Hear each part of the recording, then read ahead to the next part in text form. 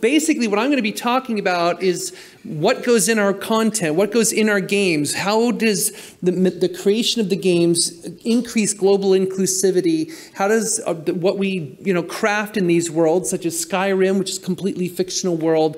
I'm sure you're all familiar with these worlds, but as we go through and do this incredible amount of work building these amazing worlds, whether they're fictional, whether they're based in reality, there's a lot of decisions, obviously, that go into this in a tremendous amount of work. Games like Halo, which I worked on the originals way back when.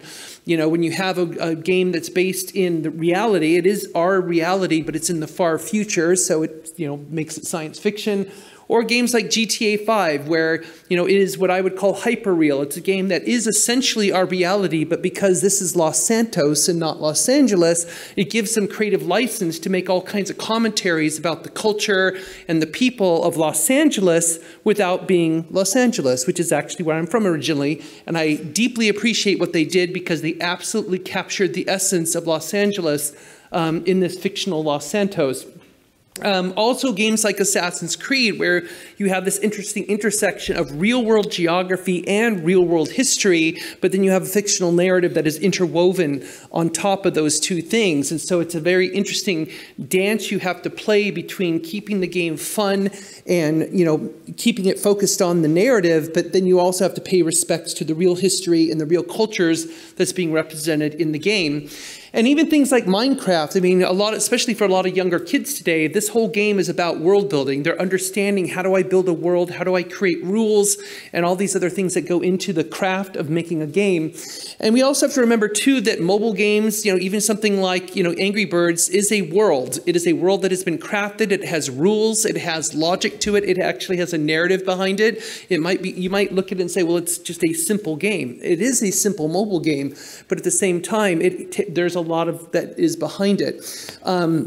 So basically, a lot of my career is focused on essentially taking the game worlds that developers are working on and seeing how are these game worlds compatible with local worldviews. And those local worldviews, including the geopolitical context, the cultural context, the values, the mores, the laws that exist in those countries.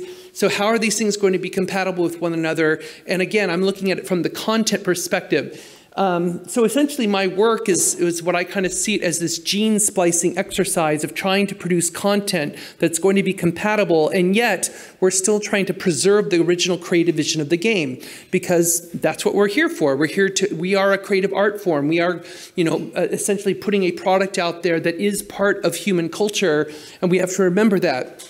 So my work is essentially in this zone where I look at content assets that will be compatible or incompatible with those local worldviews and kind of negotiate with the developer, what do you want to do? And we'll talk a little bit about that more later.